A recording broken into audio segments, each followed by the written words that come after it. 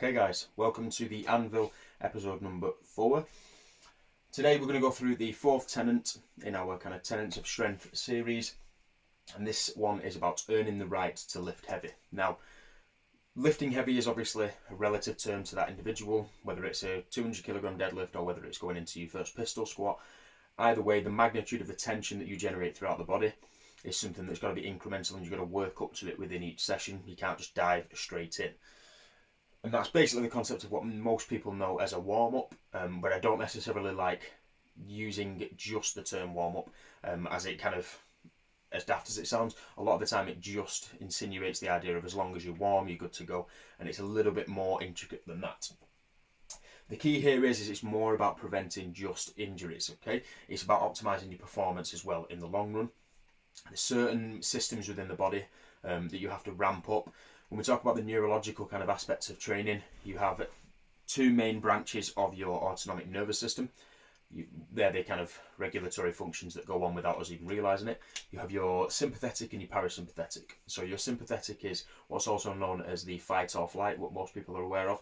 And then your parasympathetic is your rest and digest. And you basically want to live flicking between both of them.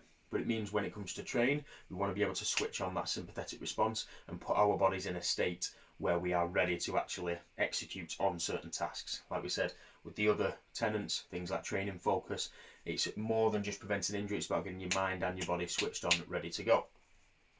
So we follow this protocol here as per the UKSCA or the Strength Conditioning Association guidelines, the RAMP protocol. So R is for raise, just raise your heart rate. That's the typical thing that most people see to be a warm-up. Then you've got activating certain muscles, so ones that tend to be weak. This is obviously down to you as an individual, but also ones that are going to be involved within that given movement. So say, for example, we're going in to do a squat workout, or we're doing a pistol squat for the first time, let's say. Activating muscles such as your glute med, your stabilizers, making sure your adductors are firing and everything like that, needs to be part of it to make sure that we optimize your performance. You've got to remember that the way we move in day-to-day life isn't necessarily indicative of how muscles are supposed to work. So for example, me being sat down here now, I'm going to be in a position when I come to train where my hip flexors will be a little bit tighter than usual and my glutes won't necessarily be firing to their fullest capacity. Mobilise tight areas, kind of following on from that point I just said.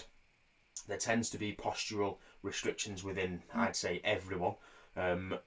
Things like tightness in your upper back, abs won't be firing as well, going back to that activation kind of sequence. So you need to make sure that you are mobilising these areas as well before we go into certain exercises. The main ones that people need to focus on is thoracic spine mobility and ankle restriction mobility. That's really common in the majority of the population. So even if you only focused on them, you'd get a little bit more payoff when it comes to the actual training session. And then finally, potentiate your CNS. So get everything firing, ready to go, okay? What we tend to do is a cardiovascular based movement, then you'll go into a postural based movement, then you'll go in, or a stability based movement for the activation side of things, then you'll go into the mobilization, so any kind of mobilization that works for you, foam rolling, static stretching, PNF stretching, that type of thing, and then potentiate any kind of ballistic movement, so it could be a low load or low mechanical demand, low impact plyometric drill, right the way through to high intensity plyometrics, depending on you as an individual. It shouldn't take more than 10 minutes. It sounds like a complicated, intricate thing, but the beauty of this is you can actually set it up in a circuit fashion, because you could do a raise drill, activate, mobilise, potentiate, then go back to this area again, depending on which area of the body that you're looking to mobilise. If it's taking you more than 10 minutes to warm up for a training session, there are other things going on, and now you are actually training to improve that thing. Okay, so it's really common within most people, and I always recommend it, to have a form of movement correction as part of the training session, not just part of the warm-up, but it shouldn't take more than 10 minutes to prep your body for a training session. Finally, just a quick point, it's arguably the most important and yet most underrated area of a training session. It's the thing I see far too many people skip. I've skipped it for so long, and it's just resulted in suboptimal performance, let alone a few of the bumps and niggles I've gathered along the way. So make sure that you address this right at the start. It will optimise your training sessions, and like I said, it's about earning the right to be able to lift heavy and push your body.